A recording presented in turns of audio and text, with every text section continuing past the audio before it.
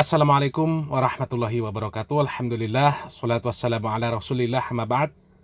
Kaum muslimin yang dirahmati Allah subhanahu wa ta'ala, kita sering mendengarkan ucapan bahwasanya Rasulullah sallallahu alaihi wasallam yang telah mengeluarkan kita dari alam kegelapan menuju alam yang terang benderang. Apa sih maksudnya? Maksudnya adalah Rasulullah Shallallahu Alaihi Wasallam telah menunjuki manusia yang dahulunya hidup di dalam kegelapan adalah kehidupan jahiliyah, kehidupan yang diselimuti oleh kebodohan, tidak tahu tentang syariat Allah Subhanahu Wa Taala. Kita ketahui pada zaman jahiliyah manusia itu membuat kreasi sendiri-sendiri di dalam mengekspresikan penghambaan dia kepada yang kuasa. Akan tetapi mereka tidak mengerti secara hak, tidak mengerti secara benar siapa yang maha kuasa tersebut. Mereka menyembah batu, menyembah patung. Kemudian mereka membuat kreasi-kreasi sendiri yang kemudian mereka sembah sendiri. Mereka berzina, berjudi, mabuk dan sebagainya. Segala bentuk kemaksiatan ada di zaman jahiliyah. Kemudian datanglah, diutuslah Rasulullah SAW untuk memberikan petunjuk kepada manusia, menuntun manusia kepada tauhid, kepada ketaatan.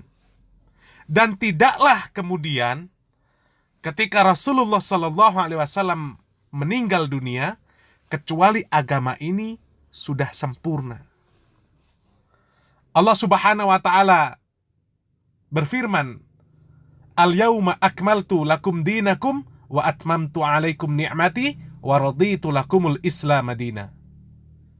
Pada hari ini telah kusempurnakan untukmu agamamu dan telah kucukupkan kepadamu nikmatku dan telah kuridhoi Islam itu menjadi agama bagimu. Ketika sahabat Ibnu Abbas radhiyallahu anhu membaca ayat tersebut, beliau berkata bahwasanya orang-orang Yahudi mengatakan, seandainya ayat ini turun di tengah-tengah kami, niscaya kami akan merayakan turunnya ayat tersebut, merayakan hari turunnya ayat tersebut. Karena turunnya ayat tersebut bertepatan dengan Id, hari besar atau hari raya. Ibnu Abbas mengatakan bahwasanya ayat ini turun saat bertemunya dua hari raya, yaitu hari raya Id dan hari Jumat. Kemudian di antara pelajaran yang bisa kita ambil dari ayat tersebut, agama Islam ini sudah sempurna, sehingga kita tidak butuh kepada agama atau nabi yang lain atau syariat yang lain.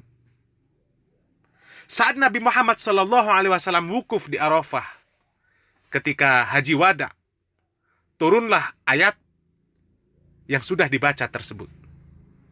Inilah ayat dari Al-Quran yang diturunkan terakhir, karena beberapa waktu setelah ayat tersebut turun, Nabi Muhammad SAW meninggal dunia, yaitu setelah beliau kembali ke Madinah selepas pulang dari ibadah haji. Dan hal ini menunjukkan bahwasanya ketika Rasulullah SAW meninggal dunia, sudah sempurna agama Islam. Rasulullah SAW pernah bersabda, "Ma baqiya syai'un yuqarribu minal jannah wa yubaidu minan nar illa wa qad buyyina lakum." Tidak ada satupun sesuatu yang dapat mendekatkan kalian kepada surga dan menjauhkan kalian dari neraka kecuali sudah kusampaikan kepada kalian.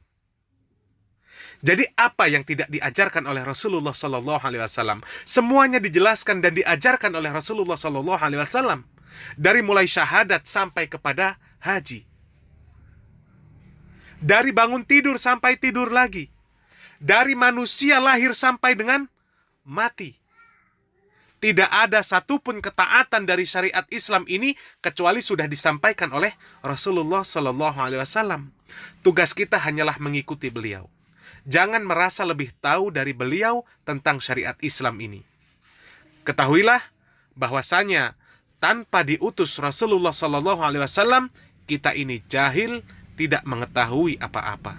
Semoga apa yang kami sampaikan bermanfaat. Barakallahu fikum. Wassalamualaikum warahmatullahi wabarakatuh. Kalau kita melihat poin-poin dari diutusnya Nabi kita Muhammad alaihi salatu wassalam. Beliau diutus di satu kaum jahiliyah. Udah antum bayangkan semua kebodohan. Batu disembah. Bayangin ya. Dari bodohnya orang-orang musyrikin itu, batu disembah. Sampai mereka cerita, kita tuh kadang-kadang kalau nggak ada batu yang kita sembah, apa yang dilakukan? Kurma ditumpuk sama dia.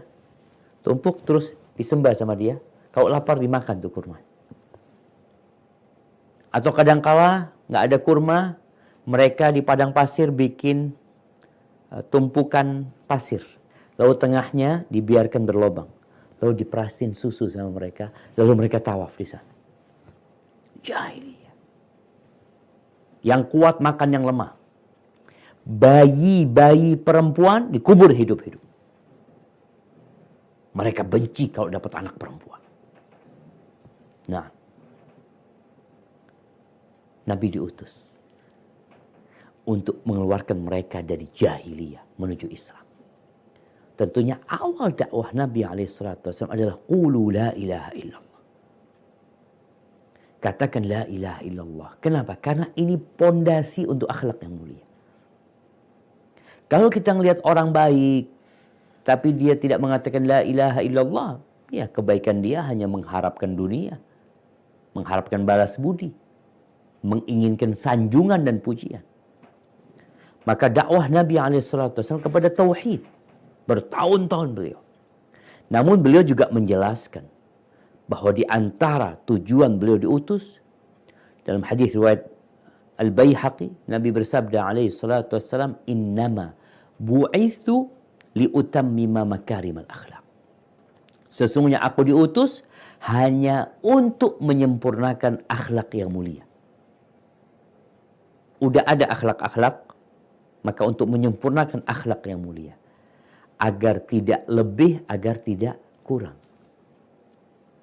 Diperbaiki itu. Dan kita lihat bagaimana masyarakat jahiliyah yang awalnya pendendam. Orang-orang Ansor itu, sebelum datangnya Nabi SAW, mereka ada dua qabilah. Yang sebenarnya di ujungnya itu kakak beradik. Qabilah Aus dan Khazraj.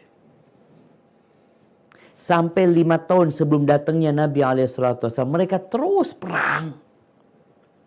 Bahkan terbunuh pemuka-pemuka orang-orang Aus dan Khazraj. Mereka tidak pernah bersatu. Ketika datang Islam, mereka bersatu. Bukan karena mereka sama-sama bangsa Arab. Bukan. Tapi karena mereka sama-sama Islam. Apa yang diajarkan Islam? Sehingga mempersatukan qabilah-qabilah yang sebelum datangnya Islam, mereka selalu ingin tampil. Mereka yang paling mulia. Mereka yang paling utama. Datang Islam. Allah mengatakan, inna akramakum indallahi atqakum. Sesungguhnya yang paling mulia di antara kalian adalah paling bertakwa kepada Allah Azza wa Jalla.